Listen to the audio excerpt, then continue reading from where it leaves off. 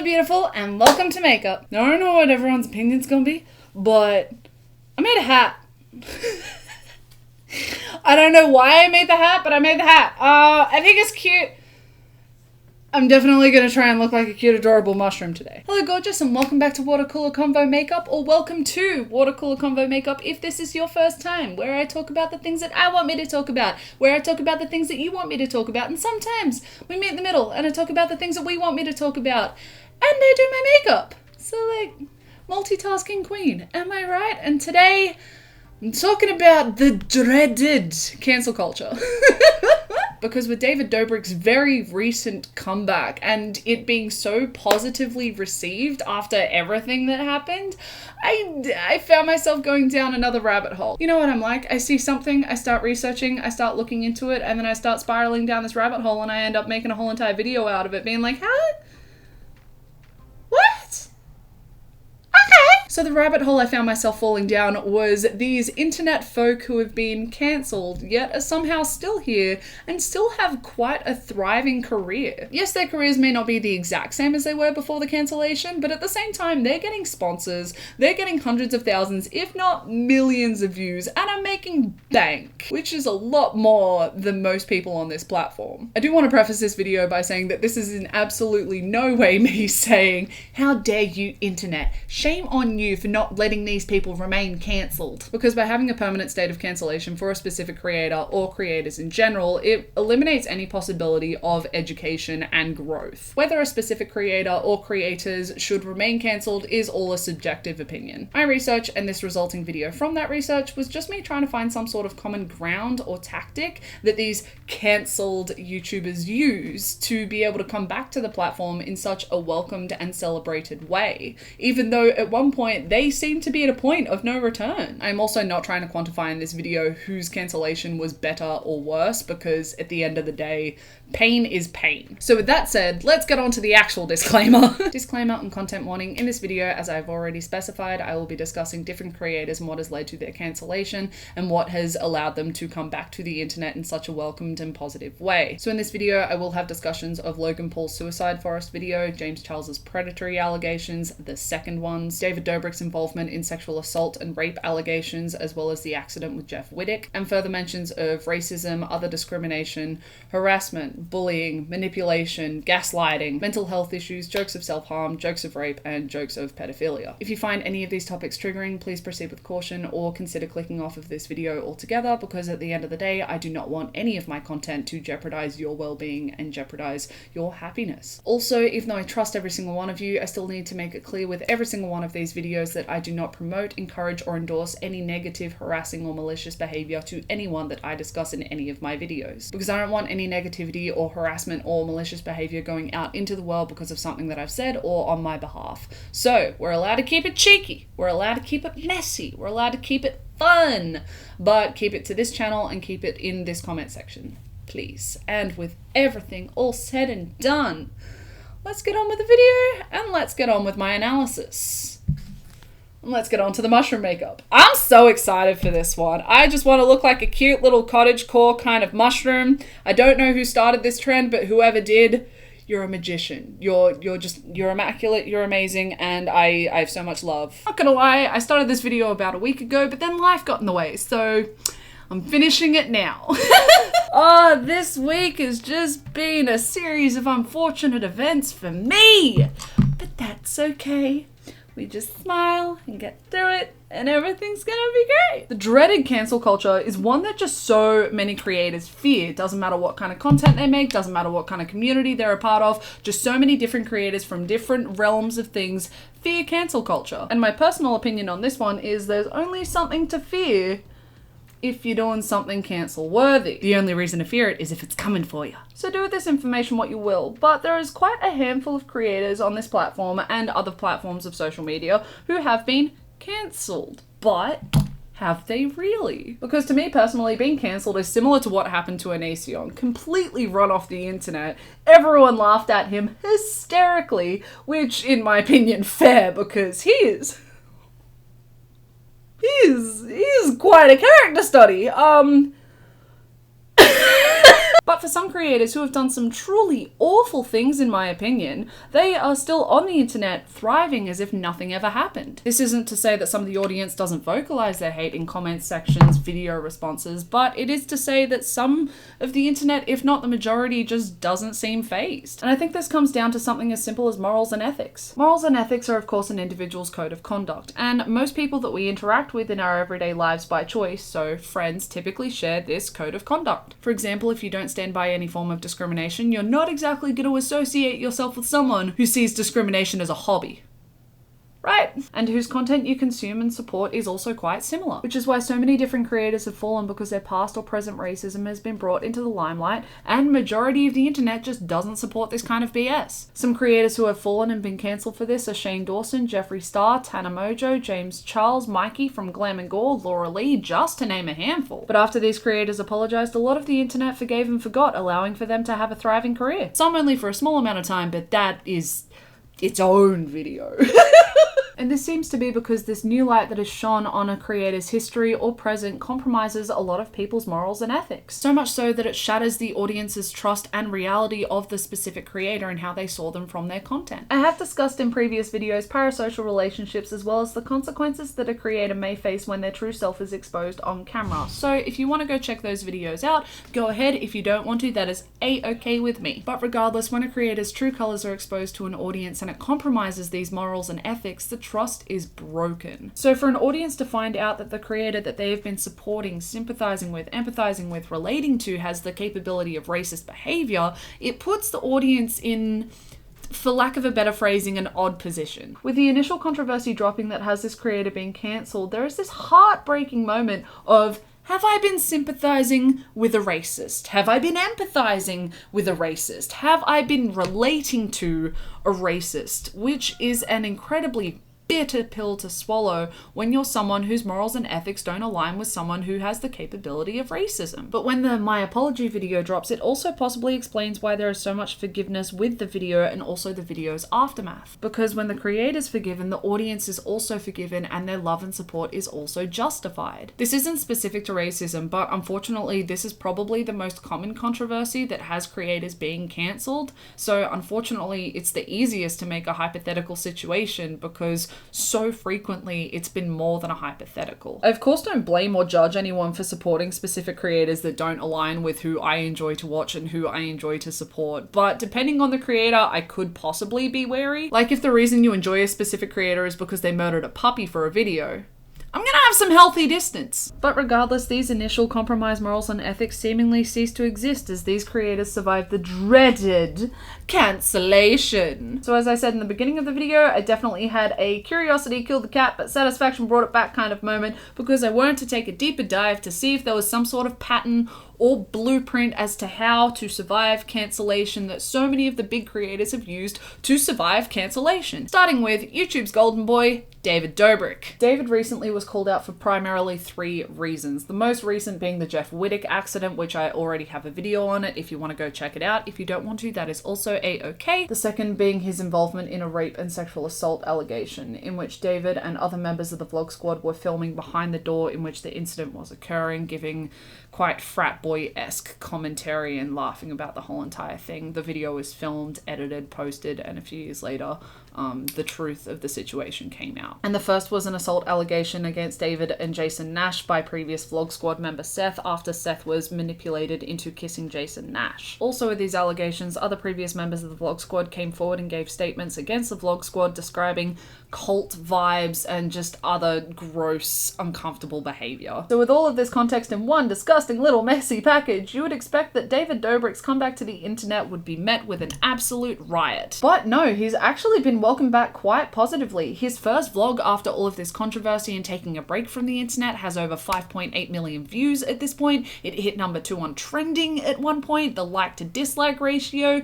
is very much in the positive, and there's so many comments saying how much people have missed David's content, how much they've missed the Vlog Squad content, and how they're so happy that he's back. I've been getting quite a few comments recently to do with my phrasing of apologies, so I just wanted to take a moment to clear a few things up. There are some apologies in this world that I just don't feel as though are my place to deny or accept, because I wasn't an individual or part of a group that was at the expense of someone's words or actions. So the most I try and do in these videos is specify whether an apology has been received positively or negatively by the audience or by the majority of the internet. Or in the case of the James Charles apology video to do with his second predatory allegations, I analyze the apology as a piece of content, a piece of media, and then give my thoughts based on that analysis. So when I say that an apology has been positively or negatively received, it's not me saying that it's my positive or negative receival of the apology. It is just what I've seen from the audience, from the majority of the internet. But for this video specifically, I am going to try and do a teeny bit more than what I do typically, just because I have said in the past that I was a fan of a lot, if not all of the creators that I am talking about in this video, or with some of the creators that I'm talking about in this video specifically, I have made comments on them in the past, and it is clear that I did not communicate properly. This lack of communication is definitely on me and me only, because how are you supposed to know what I'm trying to say unless I say it? So because of all of this, in parts of the video, I will be giving extra clarification and extra context. But for David specifically, I used to be a fan of him. I used to be a fan of his content. I used to be a fan of the Vlog Squad. I just used to enjoy all of it. But after all of the allegations, the Jeff Whittick accident, my perception of, wow, what a fun, amazing group of friends was just no longer the reality. Simply because I would never treat any of my friends or loved ones the same way that David and other members of the Vlog Squad have treated each other. I know that David has apologized. He's made 2 apologies on all of the situations. The first one was very negatively received by the masses. The second one was better received, but still very negatively received. But at the end of all of this, it's not my apology to deny or accept. I think it's very possible that David has followed through on his promises to get a team in place, to get better systems in place, to ensure people's safety and well-being when it comes to filming the vlogs for the Vlog Squad. But for me personally, watching his content now just makes me feel uncomfortable, and there's just a simple lack of enjoyment that I used to have whilst watching his content. But I think the way that David has managed to survive this dreaded cancellation is by apologizing, promising to put better systems in place to ensure people's safety and well-being, taking a break from the internet, letting the dust settle, and coming back as if nothing ever happened. I've said this in so many of my previous videos, but sometimes the smartest thing, whether it's the correct thing to do, but sometimes the smartest thing that you can do is to say nothing, because you can't put your foot further in your mouth. Like, if it's already in there, don't shove it in more. Another creator who has seemingly followed this blueprint and is, in all honesty, a fascinating one to me is Logan Paul, because literally he filmed the body of someone who had recently taken their own life, edited the video, posted the video, started the video off with a PSA about if you are struggling with mental health or suicidal thoughts, you need to reach out and ask for help, profited off of the video for a substantial amount of time, and when I say substantial, I mean for longer than he should have been able to, and to top it all off, in the original thumbnail he had an image of the recently deceased's body. I definitely don't think it's an overstatement to say that this was one of YouTube's darkest moments in history. But somehow, he's still here, and he is having a thriving career. This one absolutely baffles me. I don't understand how. Just how? It doesn't compute. What he did was awful and disgusting. He was as cancelled as you could get, and yet the other week he fought Floyd Mayweather. How? But regardless, I think the way that Logan managed to survive cancellation was very similar to David Dobrik, in the way of post your apology and move on. Logan initially posted 2 apologies, one in the form of text on Twitter and the other in the form of video on YouTube. Once again, I don't think it's my place to deny or accept his apology, but the response to both of his apologies were quite mixed in a different way. Majority of the internet was of course not pleased with Logan, and they did not accept these apologies, but there was a good section of the internet that still showed Logan a lot of love, support, and acceptance of these apologies, being the Lo Gang, because they just saw what he did as being a savage. But when your prefrontal cortex isn't developed completely, I'll give you some leniency. But 20 days after the video apology dropped, Logan posted a suicide prevention video called Suicide Be Here Tomorrow. A video that was just trying to raise awareness for suicide and suicide prevention, as well as giving some resources. Both the video apology and the suicide prevention video are both still up on his channel if you want to go check it out. Unfortunately for Logan, this suicide prevention video was not well received by majority of the audience, by majority of the internet, because most didn't see it as genuine or authentic. Most just saw it as damage control, which that is a bold choice for damage control, fam. Logan then took another month off the internet and came back with a Logan's Back video, and it was as if nothing ever happened, because eventually the internet's warmed back up to him, and there's quite a lot of celebration in his successes. With Logan specifically, I've never been a fan of his content, because I am definitely not his target audience, and that's okay. His apologies definitely aren't mine to deny or accept, but in the past I have highlighted how I have seen at least a slight bit of maturing and growth from Logan, no matter how deep down it might be. I specified this maturing and growth in a previous video when I discussed how some of Logan's commentary in his podcast actually aligns with some of my morals and ethics, which was very odd. It was very odd. Like, it's good. I'm glad, but I never thought that I would ever like line up with Logan Paul.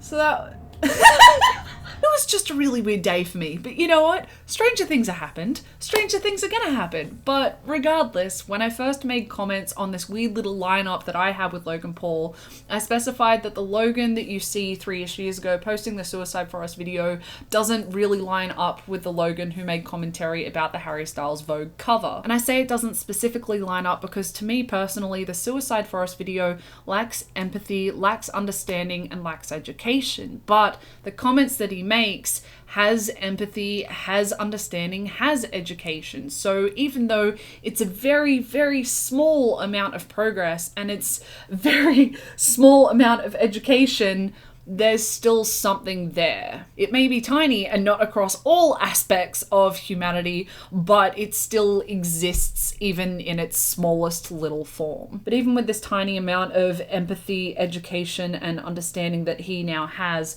I don't think that a person will ever be able to quantify how much work and effort he has to put in to make up for all of the pain and suffering he has caused with his Suicide Forest video. If you don't forgive him, that's fine. If you do forgive him, that's fine. I am not here to pass any kind of judgment. For me specifically, Logan exists. But as I said before, definitely one of YouTube and social media's darkest moments in history. He was as cancelled as you can get, and yet he's still here. And very successful. And I think it's just as simple as upload it out, because with enough time passing, people forgive and forget a lot easier, but also the next earth-shattering drama controversy hits, and yours could possibly seem lesser in comparison. With so much focus, anger, and emotion on the new drama, the new controversy, it's plausible, I'm not saying it's what happens, but it's plausible that all of the other controversies just seem lesser in hindsight. So when in doubt, upload it out. And one of the creators that uses this blueprint every single time is Jeffree freaking Star. Jeffree's been a part of so many different controversies over the years. You had the racism controversy, you had Dramageddon Part 1, 2, and 3, the trifecta.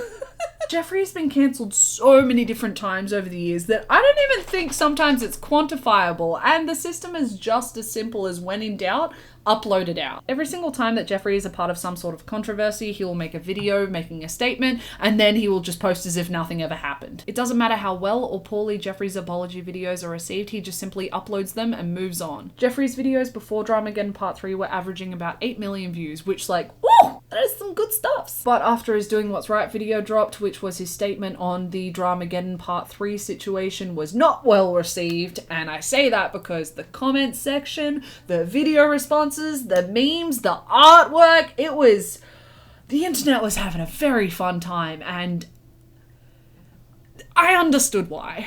But even after this poorly received statement and apology, Jeffree is still averaging about 3.2 million views, which that is... I wish. Could you imagine what I would do with my life if I was averaging 3.2 million views per video? I would be able to go to my musculoskeletal specialist. I would be able to go to my scoliosis specialist, which would probably put their mind at ease because they keep calling me wondering if my spine's collapsed on itself yet. With 3.2 million views on average, I can afford to go to the doctor. Yes, it's a significant drop, don't get me wrong, but also 3.2 million views.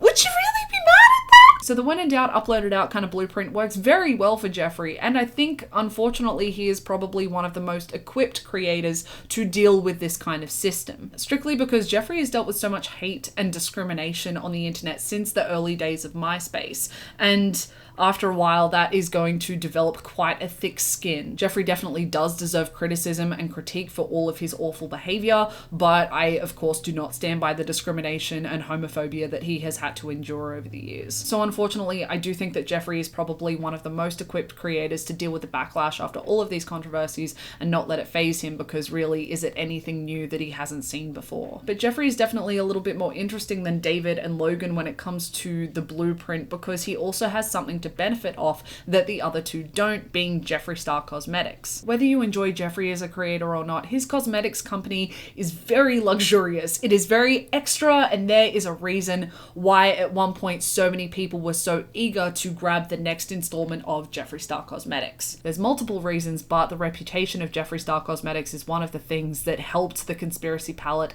break the internet the way that it did. Personally, I don't purchase anything from Jeffree Star Cosmetics anymore. The only Jeffree Star Cosmetics that I still have are ones that I received as gifts in fan mail from you guys, and all of them are of good quality. So for many, they are able to separate Jeffree Star the creator from Jeffree Star the cosmetics company and still purchase from a cosmetics company that they like. And one place to find out what new products are dropping for Jeffree Star Cosmetics and when they are dropping is Jeffree Star's socials. So it doesn't surprise me that his collection reveal videos are doing quite well view-wise and comment-wise. With Jeffree specifically, his apologies aren't mine to deny or accept, but I used to be a fan of Jeffree's. I used to be a fan of his cosmetics company. I used to watch quite a lot of his content. I used to buy a lot of his content. I used to support all of it. But after a while, it just gets exhausting watching him getting into the same or similar controversies for the same or similar kinds of toxic behavior. And for me personally, it could be different for everyone else, but for me personally, there just didn't seem to be enough follow through in the promises that he made with a lot of his apologies. Also, there just wasn't enough time between all of the apologies that he was having to make, and that was exhausting. And it's just gotten to the point where I don't really trust who I see on camera, and I don't really think the makeup is worth my money anymore. But I digress. After all these frequent controversies, this frequent cancellation, Jeffree Star still exists on the internet and is thriving. I literally think at this point, if the Olympics had an event for surviving cancellation, Jeffree would win gold. Ooh, no, that'd be Trisha. Honorable mentions of the When in Doubt uploaded out blueprint are Laura Lee, Manny MUA, Tana Mojo, Literally Survived TanaCon, Shane Dawson, Before Dramageddon Part 3. There's so many. When in doubt, upload it out, say nothing, don't put your foot further in your mouth. But even though I think the When in Doubt, upload it out blueprint is definitely the most popular amongst the cancelled creators, I think there is definitely a handful that go a teeny tiny bit further. And two creators I mean specifically are Trish Like Fish Paytas and Gabby freaking Hanna. I feel like every single month there is a new story, a new tea, a new drama, a new controversy, or it's old stuff that's being brought back up because new evidence is there to go against them, and it's like, okay, after all of this, they're still here. They are cancelled so many freaking times, but they are still here and getting like hundreds, if not millions of views per video, and they are still here and making bank off of it. How? Look, good on them. They're obviously doing something right. Best and simplest explanation that I have is just that these two people and people like them just refuse to go. It's as simple as any publicity is good publicity. I don't really share that one, but you know what? To each their own. You're doing great, babes. As long as you're happy. Let's go with Gabby Hanna first. I've done one video on Gabby quite recently, so if you want to go check that out, go for it. If you want more videos on Gabby, let me know in the comments. But Gabby... Oh my gosh, I'll try and keep this short but sweet. A brief controversy history of Gabby Hanna is a long history of harassment, bullying, manipulating, and gaslighting of fans, harassment, bullying, manipulating, and gaslighting of other creators, but at the same time complaining about the bullying, harassment, manipulation, and gaslighting of creators and fans towards her. Constantly preaching about her mental health and how it is something that should be empathized and sympathized with, and because of that, she should be treated like a human with compassion, but at the same time, when it comes to other people's mental health, not treating them the way that she demands that she is treated. Sometimes the same level of disrespect, sometimes worse. The Jessie Smiles situation is definitely an example of this, because the audience and internet's perspective on the situation is that Gabby victim blamed Jessie. Gabby has also made a story time in the past where she recounts the time a girl died in her year at school and profited off of the video. This video caused a lot of pain and suffering to the loved ones of the girl that passed away because it had a lot of inaccuracies and was posted within 2 weeks of the anniversary of the girl's death. Gabby at one point also allegedly specified that she would be taking the video down, but the video is actually still up on her channel. And also Gabby was paid to promote promote a scam brush company, and when she was called out for this, she made a video discussing the scam brush company, and in the video specified that people should have managed their expectations. So in summary, Gabby Hanna is a hypocrite, and for the majority of the time is unable of taking any kind of accountability. So that's fun. Yet, like everyone in this video, she is still on the internet. That brief summary isn't even half of all the controversies that she's been involved in. So how? It's of course as simple as the upload it out blueprint, yes, but also Gabby actually seems to benefit more off of these controversies. Because the more controversies she's in, the more videos that get made about her. The more videos that get made about her, the more people go into her comment sections. The more that her name gets circulated around on the internet and keeps her relevant. Because the other thing that creators fear, sometimes more than cancellation, is just fading into irrelevancy. And unfortunately, what's one of the easiest ways to stay relevant? Controversies, because any publicity is good publicity, right? I definitely don't think Gabby initially started off this way on the internet, but slowly over time she's gone from being this cute little weirdo in her own little section of the internet to a YouTube villain. Because as I said before, every month there seems to be a new controversy about Gabby Hanna, or there's an old controversy but now with new evidence.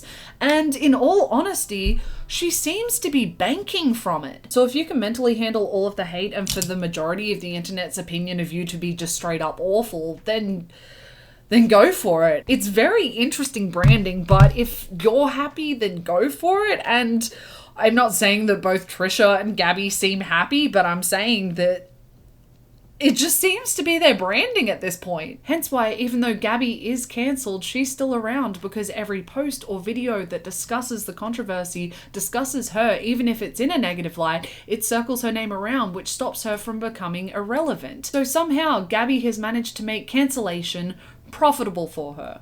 And one of the OGs for this system is Trish Like Fish Paytas. Trisha, to me, is, in all honesty, fascinatingly baffling. What? I don't think there is a single minority out there in which Trisha has not appropriated, insulted, perpetuated a negative stigma of, or stereotype of, or fetishized with their content. In all honesty, I don't think anyone's safe with Trisha. I think everyone's fair game as long as they're making a profit off of it. And that's just... it's just wild! I'm literally exasperated by some of the research that I've done on Trisha. I haven't even scratched the surface yet, and I'm just lost for words. My brain melted. I just had a good old fart brain. And in all honesty, the only apology I can find of Trisha's is the apology to Philip Skinny Legend DeFranco. So that's also just very interesting. They just pop the video up, pop the post up, move on, and let the internet see. I'm trying to find the logic, but I think the only one there is money. But regardless, Trisha and Gabby are both similar with this. Trisha, if not more, because Trisha's content, unless collaborating with other creators, just seems to be a lot of logicless shitposts that people watch in either fascination or anger of primarily. These posts or videos that get Trisha cancelled actually fuel their relevancy more, because as I said before, the more videos that get made about you and your controversy, the more that your name circles, the more people come to your pages and engage with your content, and the more you get pushed in all of the algorithms, and the more they get paid. And by the looks of it, Trisha just doesn't care. With these kinds of people and creators, I call them the uncancelable, because being cancelled actually benefits them.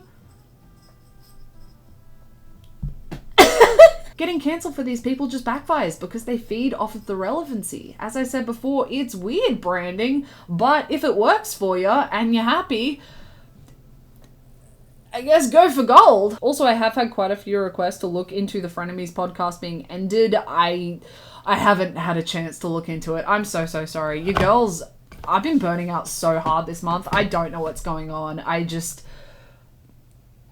been on Struggle Street a bit this month. But you know what? Next month's a new month, and well, maybe that'll be my month. Maybe July.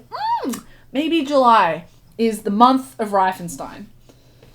Like, probably not, but like, let's have some blind faith, yeah? But with all of this said, there are a few creators who are yet to come back to the internet after their cancellation. The three that I want to highlight for this video specifically are James Charles, Shane Dawson, and Mikey from Glam and Gore. There are of course more creators who fit into this category, but I also don't want this video to be 3 hours long, and the same goes for all of the other categories. But knowing my luck, as soon as I post this video, they're all gonna post a video tomorrow being like, I'm back! Because it always freaking happens to me, man. But also with Jenna Marbles, I don't put her into any of these categories because she's self-cancelled, and also I see nothing but positivity and for a want to have her back on the internet. So none of this applies to Jenna, and I don't associate her with any of this video's analysis. So let's start with Mikey from Glam and Gore. Last year, creator Swoop posted an expose piece highlighting the racist behaviour of Mikey from Glam and Gore. A lot of this racist behaviour being in the form of microaggressions. Some directed to the community as a whole, but then some directed towards Swoop as a person of colour. Mikey posted a written apology on her Instagram and took some time off of the internet. Her last video was posted to YouTube in October of 2020, and she is yet to return to the internet. It's been over half a year now, and I understand needing to take a break from the internet in general, but also I understand needing to take a break from the internet when you're in such a controversy. But with so many creators being in a similar, if not the same situation as Mikey and coming back to the internet with a warm welcome, I don't see why Mikey can't. And even though I understand that she needed to take a break from the internet just to be able to process everything that was happening, I think that the easiest way for her to be able to salvage her career, if that's what she wanted to do, the easiest way that she could have done that is to just take a month off and then come back as if nothing ever happened, because time and time again, unfortunately, it's worked. But with so much changing in social media and so much changing in the beauty community so rapidly, it's very easy to become irrelevant, and it's very easy to just not know the system anymore because it's changing and evolving so quickly. I definitely think it'll be harder for her now, but it's not impossible, because if David, Jeffree, and Logan can all survive cancellation, I don't see why she can't. If she can or can't come back to the internet in a positive way is definitely a different discussion to if I think or if you think she should or shouldn't. Another creator who is yet to return to the internet is James Charles. He may have only been off of the internet for just a few months, but he still is yet to come back from a very intense, heavy controversy in cancellation. At the beginning of this year, James was accused of sending and soliciting nude photos to minors, and because of this, grooming. So for the second time in James's career, he was accused of being a predator. On April 2nd, he uploaded his Holding Myself Accountable video, which I have already done an analysis of if you want to go check that out. If you don't want to, that is a-okay, but he posted that back in April and is yet to come back to the internet. Once again, his apology is not mine to deny or accept, but from my analysis, it felt less like an apology and more like a confession, which, business move-wise, that is a very odd choice. Regardless, if James was to post a "I'm back" video tomorrow, he would definitely receive a lot of hate, don't get me wrong, and he probably would for months.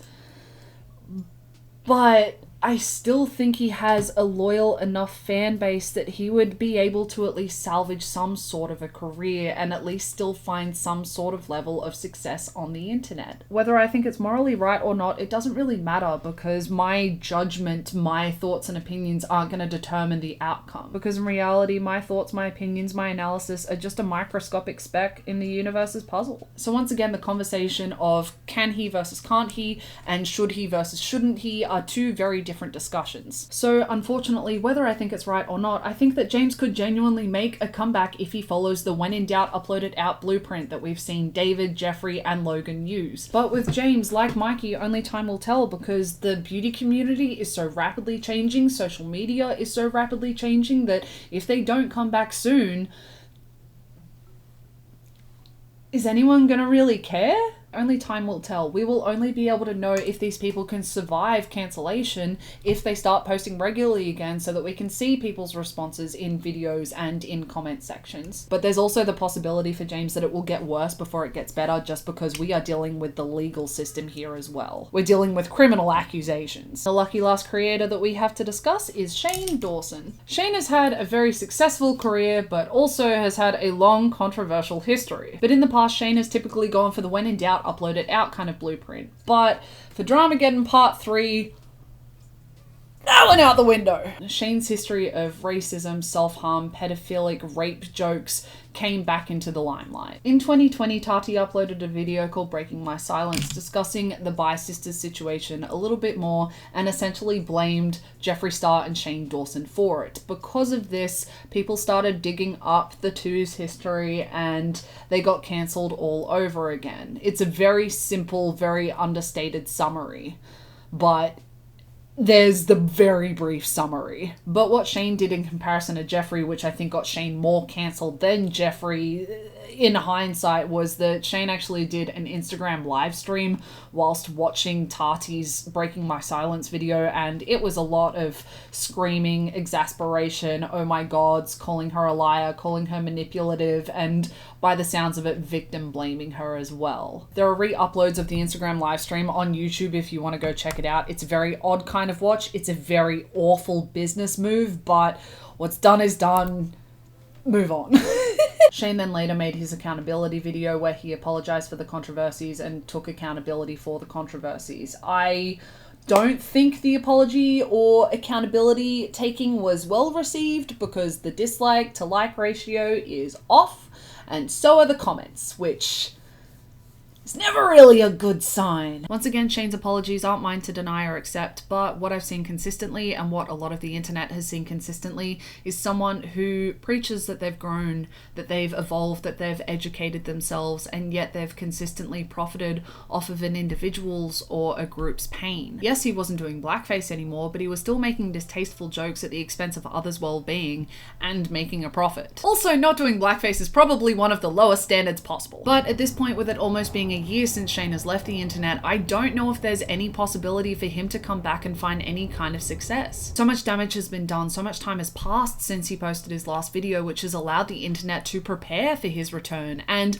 with the little tastes that we've had in the possibility of Shane's return, those little tastes have been met with a riot. Where James and Mikey have the possibility to succeed is that they still have a loving, loyal audience behind them. As I've specified quite a few times in this video, is whether I think they should or shouldn't, whether you think they should or shouldn't, is a different discussion to whether they can or can't. And I know that James and Mikey still do have a loyal fan base just based off of some of the comments that I've received on videos where I either discuss them for the entire video or just as a brief little snippet. People are allowed to like who they like. That's just a fact of life. But I can't see anyone who is still a fan of Shane Dawson. I have not seen a single person hoping for Shane's return. If anything, people are awaiting his return with pitchforks and fire torches. People are awaiting his return to tear him down further. So unfortunately to Shane, I think that he's actually falling to the same fate as Onision, and no matter how many friends he has on the internet to try and help him make a comeback,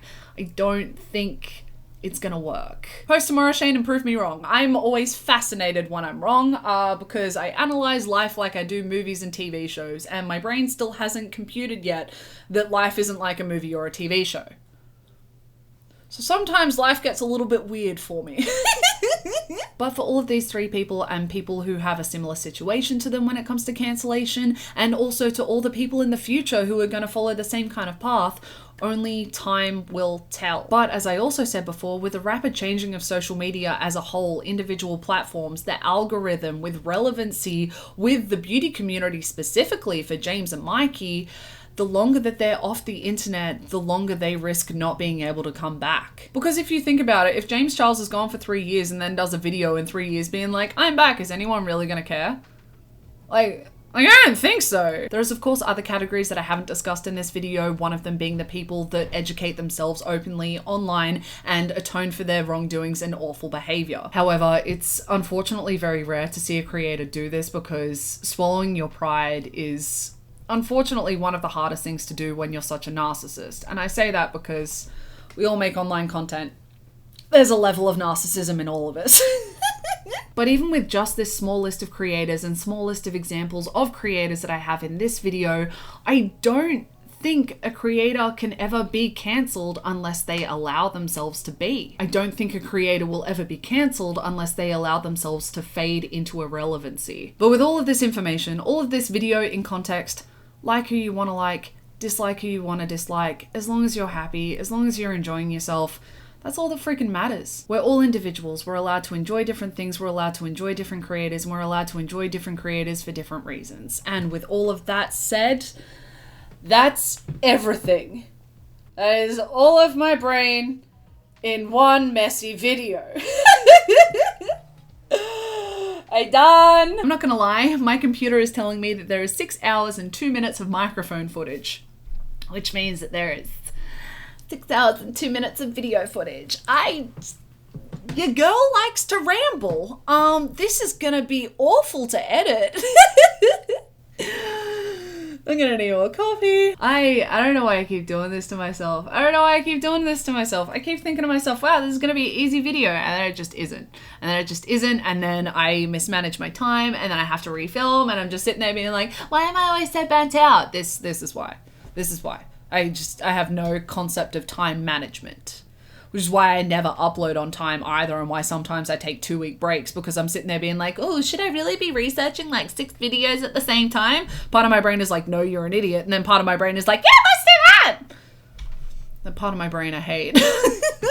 But please let me know what you think of the video in the comments. Please let me know what you think of individual creators, my analysis. Just let me know what you think of all of it. Also, let me know what you want me to talk about, because I know what I want me to talk about, because I'm in my head, but I'm not in your head. So please let me know different things, because maybe you'll find a cute little nugget, a cute little pocket in my knowledge that I will want to fill, because as I've said previously, I don't want a Swiss cheese brain, I want a brie cheese brain. I don't know why I said that one time, but it's really stuck. But will you let me know in the comments what you think of the video, what you want me to talk about next. Also let me know what you think of my face. Is she not so cute? Wait, just... I wasn't sure if I would like berets. I still don't know if I like berets, but I wanted a cute mushroom freaking beret, and do I not look adorable? I made this hat. I made my face. I look amazing. I look so cute. I look freaking adorable. I think I want to make more hats. I do want to make more hats. Oh my gosh, could you imagine a cute little cow beret? I want to be a cute little cow.